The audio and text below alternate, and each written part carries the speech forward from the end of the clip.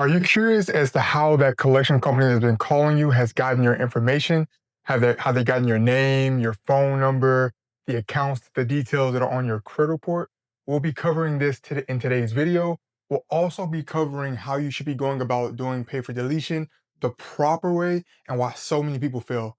Now, before we jump into the topic, I would love to ask if you could like this video, comment. If you have any questions, you can also send us an email, info@kennyjohnsonuniversity.com, and you can call us for help Monday through Friday from 9 a.m. to 4 p.m. Eastern at 438-803-1002. So to go ahead and to jump right into the topic, that collection company has been calling you. They probably have been calling you by your first name. They probably have shared information with you, such as your address, and you're trying to figure out, well, how does this company know all this information? And I've never heard of them. I didn't even know that they existed prior to them calling me. So there's multiple ways that a collection company can go about getting your information.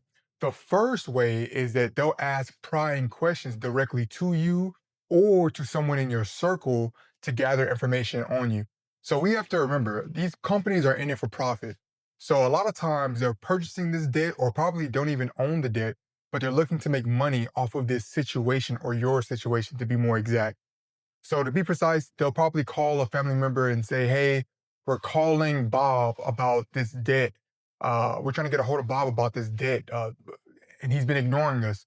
Does he have a new phone number?" Right? And you would be surprised how many family members or people close to you would actually give that information away. Right? So again, that's one technique that they may use, or they may contact you directly and say, "Hey, Bob, on record, we have that your birthday is July the 1st. Is that correct?" And a lot of people will kind of be duped by this and say, "No, that's not correct. My birthday is actually X, Y, and Z." But you don't have to share this information with the collection company. And the reason why is because it's their job to verify that information that they have on you, right? So when they contact you about a collection account, they should already have all of this information, especially if they properly purchased the debt.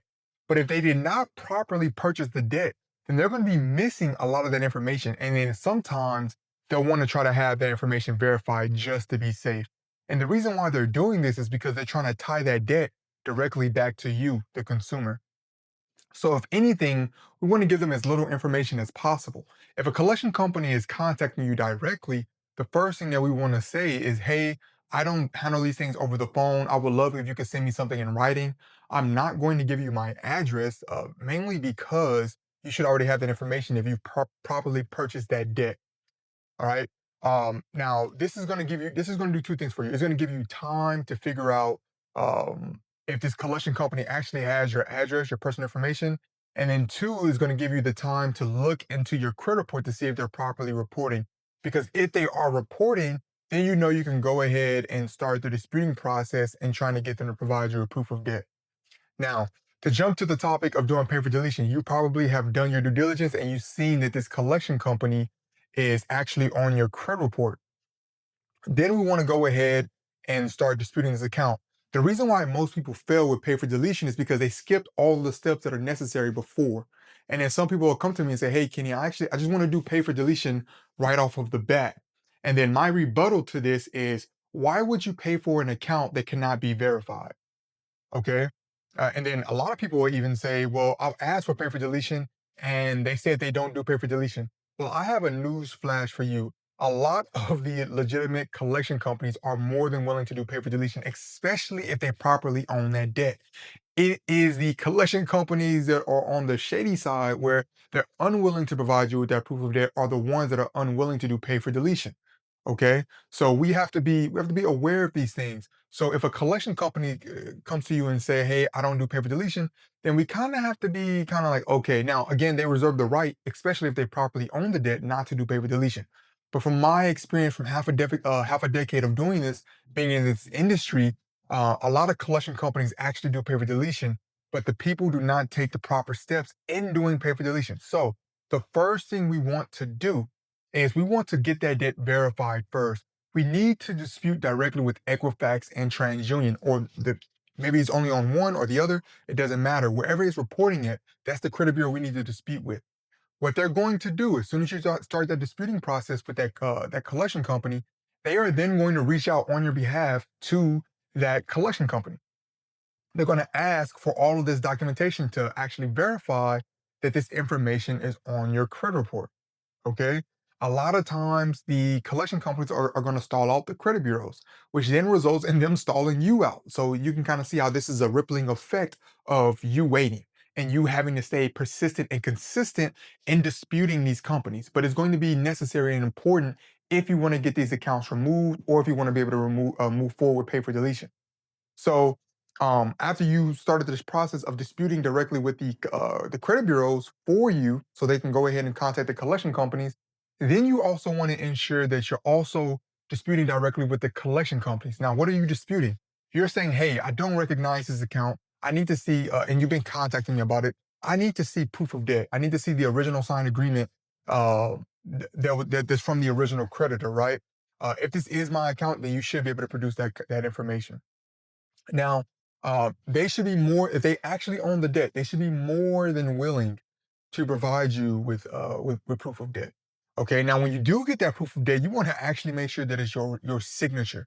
You would be surprised. Collection companies can robo sign a lot of documents.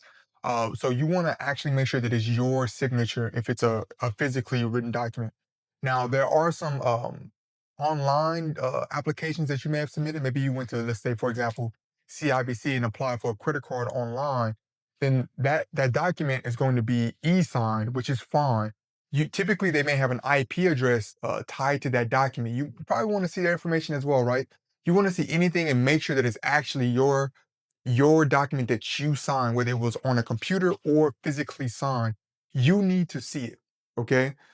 If they are able to produce that information, then that is when you want to move forward proof with pay for deletion.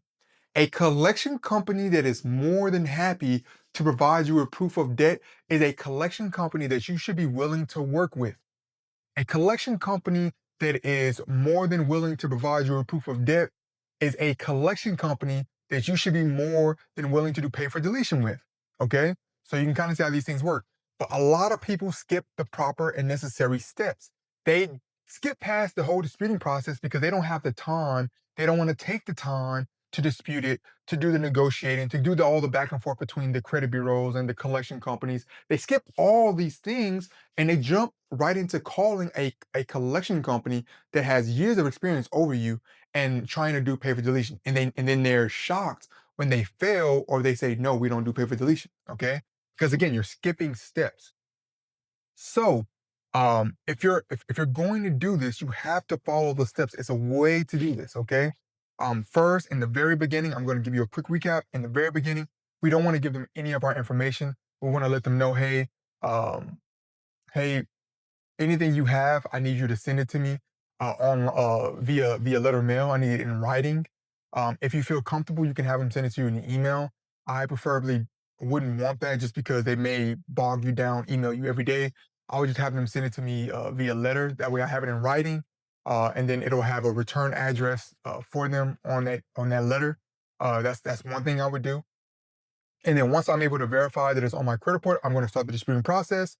If they are able to come back with proof of debt, then I negotiate pay for deletion and I am going to be successful because majority of these collection companies that are doing pay for deletion, they are more than happy to do pay for deletion. I'm sorry, the collection companies that are able to do proof of debt, provide you with proof of debt, they're more than happy to do pay for deletion. So, if you found this video helpful, again, I would love if you could like and comment on the video. That would be a great help because it would help the video reach out to multiple people. And then also, if you need help with fixing and repairing your credit, I would love if you can contact our team, info@kennyjohnsonuniversity.com. We are available Monday through Friday, 9 a.m. to 4 p.m. Eastern. You can also call us at 438-803-1002. And until next time, peace.